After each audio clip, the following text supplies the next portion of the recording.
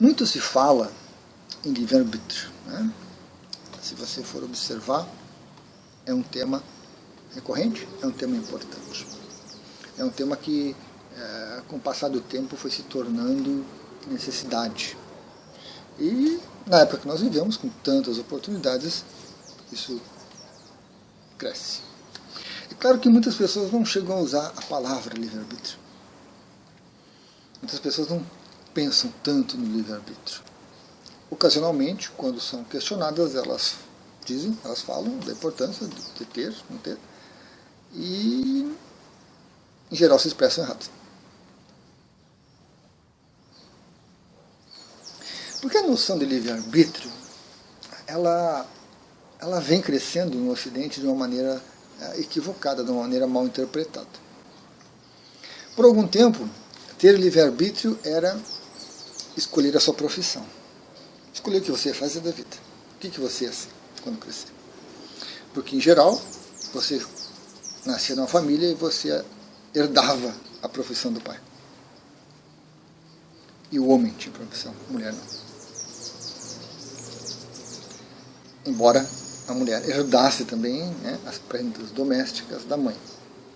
Aos poucos as mulheres foram exercendo o seu livre-arbítrio para romper com isso. E os homens também rompendo o seu livre-arbítrio para romper com isso. Né? Eu quero fazer meu caminho, eu quero seguir meu caminho. E muitos fizeram, né, de uma maneira ou de outra.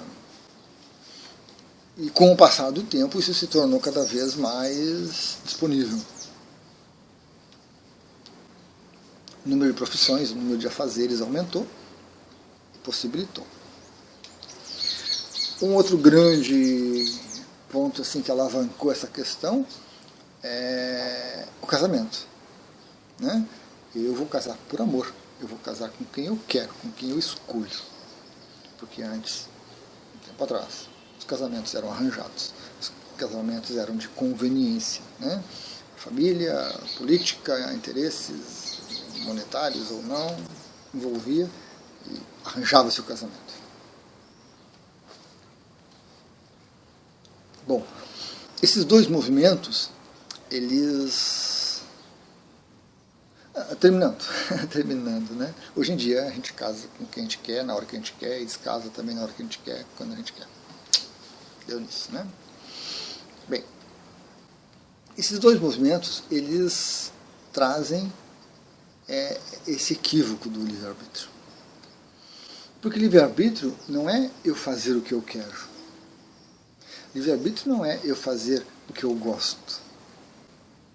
Livre-arbítrio não é eu não fazer o que eu não gosto, o que eu não quero. Livre-arbítrio não é um movimento de manifestação de desejo, de querer, de condicionamento. Isso não é livre-arbítrio. Livre-arbítrio não é simplesmente a capacidade de escolher, porque escolher, qualquer ser escolhe. Um macaco escolhe, um gato escolhe. Meus gatos aqui, quando eu mudo a ração, eles ficam me olhando, eu olho para eles, a ração é aquela, é que estava na promoção, é o que tem, ou come ou passa fome. Né? A escolha deles é essa. Mas essa escolha muito primitiva, essa escolha humana muito primitiva, baseada em condicionamentos, isso não é livre-arbítrio. Livre-arbítrio implica que você tem que ter consciência. Não aquela consciência de saber se é certo, errado, bom ou mal. Não. Consciência de estado, né? Onde você consegue perceber a importância, o impacto das suas escolhas, o resultado das suas escolhas. Por menores que sejam, por mais insignificantes que sejam. Livre-arbítrio implica em estar presente, estar atento e não estar condicionado. E não fazer o que eu desejo, o que eu quero, o que eu gosto. Esse livre-arbítrio verdadeiro, ele considera os condicionamentos, ele acolhe os condicionamentos, as vontades, os desejos, mas há algo ali ponderando tudo isso e fazendo uma escolha consciente, uma escolha verdadeira. Pouquíssimos de nós conseguem fazer isso, pelas mais variadas razões. Então, poucos seres humanos têm livre-arbítrio. Nós temos livre-arbítrio relativo, baixo, pequeno. Então, você vai almoçar, e se você comer aquele tipo de comida, você sabe que você passa mal. Você escolhe, você sabe, você pondera, você está atento, você sabe os resultados, aquela vontade imensa de comer, mas você sabe que os resultados não são bons, você faz uma escolha. Você tem um livre-arbítrio relativo, pequeno, porque é uma escolha de comida, né? E assim por diante. O caso das profissões, ele é mais amplo, mais geral, né? E trouxe realmente muitos benefícios. A própria dinâmica da sociedade foi criando profissões diferentes e elas tinham que ser preenchidas. Mas nem todos iam para aquelas profissões porque queriam. Às vezes era porque poderia, né? E às vezes porque era o que era oferecido. Então ali também a gente tem dificuldades, né, de exercer livre-arbítrio. O caso dos casamentos é complicado. Porque o casamento, mesmo que essa motivação tenha sido de autonomia, de consciência, de eu casar com quem eu gosto mesmo, de eu casar com quem eu quero, na hora que eu quero, isso é mais fruto de condicionamento do que qualquer outra coisa. E os resultados, hoje em dia, que nós temos essa plena liberdade de exercer isso, essa escolha, são os piores. Porque os relacionamentos não duram. Você casa, separa, casa, separa, casa, separa. A pandemia da Covid nos trouxe um horror. As pessoas começaram a conviver mais e não se suportavam. Os casamentos, água abaixo. Antigamente, o casamento era imposto e você construía uma relação com aquela outra pessoa porque não tinha escolha, mas você construía uma relação. Hoje em dia nós podemos escolher, podemos abdicar, mas nós não construímos a relação. As pessoas se separam porque o outro deixa a tampa da pasta de dente jogada. O outro não aperta a pasta de dente. E isso já é motivo para não... Então, o que nos move é desejo. Desejo muda do dia para a noite. Você vê aquela mulher linda, bonita, de acordo com seus parâmetros, aí ela fala e você não gosta do som da voz dela. Ou ela pega o garfo assim e você não gosta daquilo. Você tenta corrigir, ela não aceita e já se separam. Você vê aquele homem lindo, bonito, com uma voz fantástica, quando você chega perto dele, o cheiro que ele exala, acabou o relacionamento. Então, essa possibilidade de escolher segundo desejos e vontades é o que a gente vê com uma manifestação imensa no planeta. Se eu não quero fazer, eu não faço. Se eu quiser fazer, eu faço. Mesmo que seja errado, ou mesmo que seja certo, mesmo que seja errado, mesmo que seja certo, mesmo que seja bom, mesmo que seja mal. Então, as pessoas pensam um horizonte 2, 3 dias adiante, nos benefícios, os riscos minimizados, e isso não é livre-arbítrio. E nós estamos cada vez mais condicionados. O fato de você dizer, eu caso com quem eu quero, é um condicionamento que foi colocado. A sociedade trabalhou dessa forma. O fato de você dizer que você escolhe a profissão que você quer, também é um condicionamento. Antes o condicionamento era, você segue o que a família faz.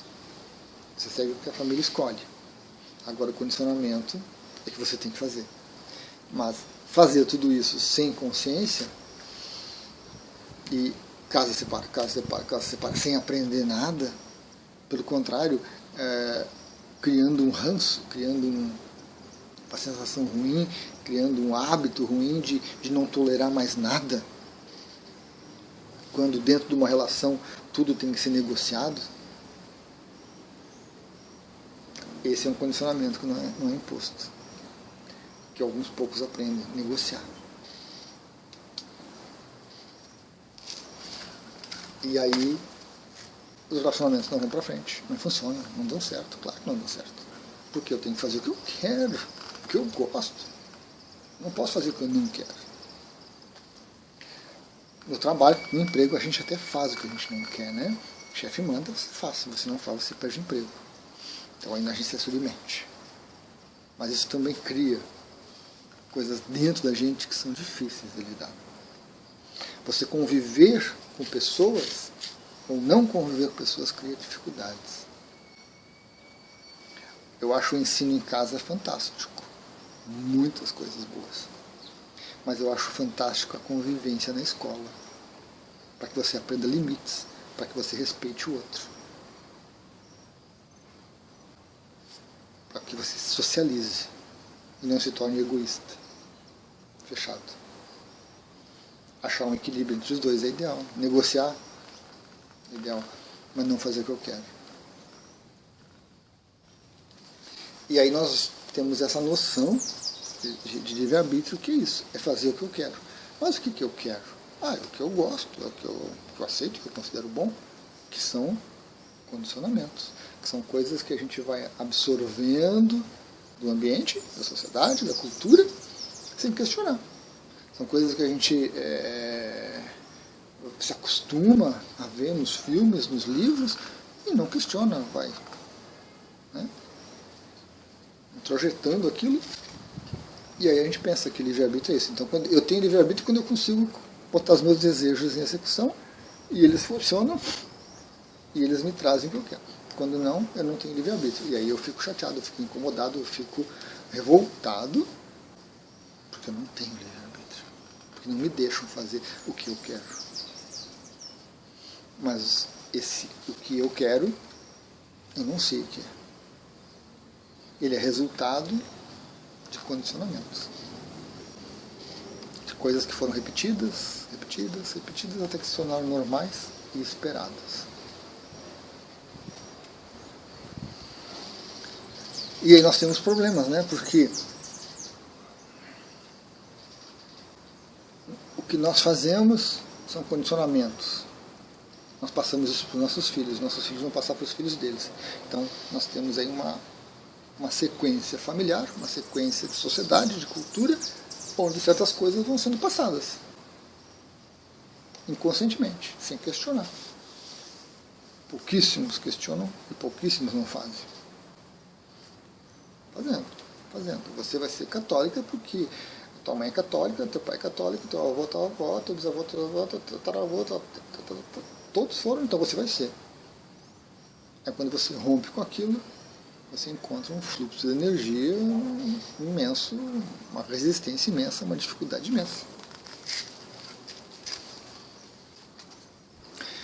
E aí nos traz essa questão das pessoas que entram no processo de autoconhecimento.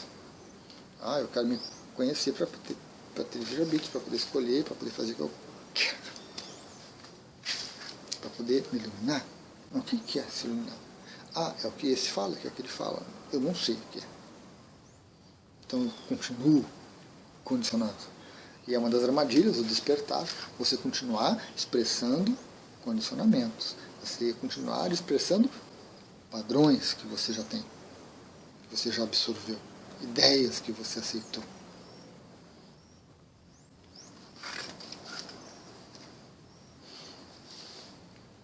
Para a maioria, isso é muito complexo, isso é muito complicado. Porque as pessoas não têm tempo para parar, observar e ponderar sobre isso. Elas seguem a vida. Repetindo. Mas muitas pessoas que estão despertando vão seguir isso até um ponto e vão se encontrar numa encruzilhada, vão se encontrar numa rua sem saída, porque se você não olhar os seus condicionamentos, as suas ideias, as suas crenças, os seus desejos e vontades, e você não buscar a raiz disso, você não está sendo verdadeiro com você mesmo, você não está tendo consciência, você não está despertando. É simples. A gente se envolve em alguma ideia qualquer ideia essa que a gente gosta, acha bom, deseja, quer. E esse condicionamento me faz. E aí entra em cena, né, as viagens de confirmação, a gente só vai encontrar as coisas que nos agradam, as coisas que nos agradam a gente não quer nem olhar, não quer nem pensar, não quer nem questionar, visões diferentes a gente demoniza, por aí vai. Então é importante nesse caminho que cada um observe, que crie espaços na sua vida para observar, que crie momentos de atenção para se observar. Quando você conversa com um amigo, quando você conversa com um familiar, um desconhecido, e você repara em alguma coisa um pouco diferente, um pouco estranha, ou muito comum, faça uma anotação mental, chegue em casa, reserve um tempinho, de repente até anota, né, para não esquecer, e procure ponderar sobre aquilo. Por que eu reagi assim? Por que eu esperava aquilo? Por que eu queria aquilo? Por que eu não gostei? Por que eu gostei? Faça esse processo de questionamento interno para se conhecer. Porque esse despertar que está sendo vendido por aí, que alguém vai te conceder, não existe. Não existe. Você não tira uma criança da 5ª série e coloca ela na universidade mais top of the top, vai fazer física nuclear. Você não faz isso. Ela não tem condição. Então, nenhum ser vai tirar a maioria da população, 99% da população, incluindo eu, claro, de onde nós estamos, e vai levar para um planeta onde corre leite e mel, um paraíso, porque nós não temos condições de ir para lá. Se a gente não fizer o trabalho, o dever de casa, e esse dever de casa passa por você encontrar tempo para isso, para você parar para isso, essa ideia de livre-arbítrio que eu trouxe aqui, esses questionamentos sobre livre-arbítrio, como que você se sente? Você se sentiu incomodado quando eu falei do casamento, porque você não escolheu o seu casamento, foi escolhido para você, e isso incomoda e você não consegue lidar? E é estranho observar que tem pessoas que o casamento foi escolhido, a pessoa não queria, até hoje não quer, 50 anos depois, mas aprendeu a amar aquele outro ser, né? Você seguiu a profissão do seu pai, imposta, você se revolta até hoje, mas você não abre mão dos benefícios que a profissão lhe traz, do status, do dinheiro que a profissão lhe traz. Então, esses conflitos internos, se você não parar para observar e ponderar sobre eles, você não vai despertar. Você vai ficar repetindo, padrão. Samsara, repetição.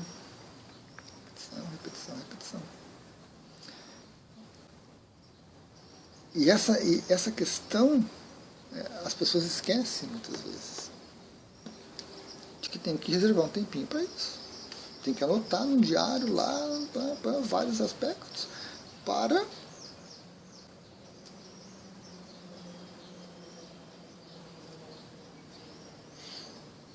ponderar, questionar, observar.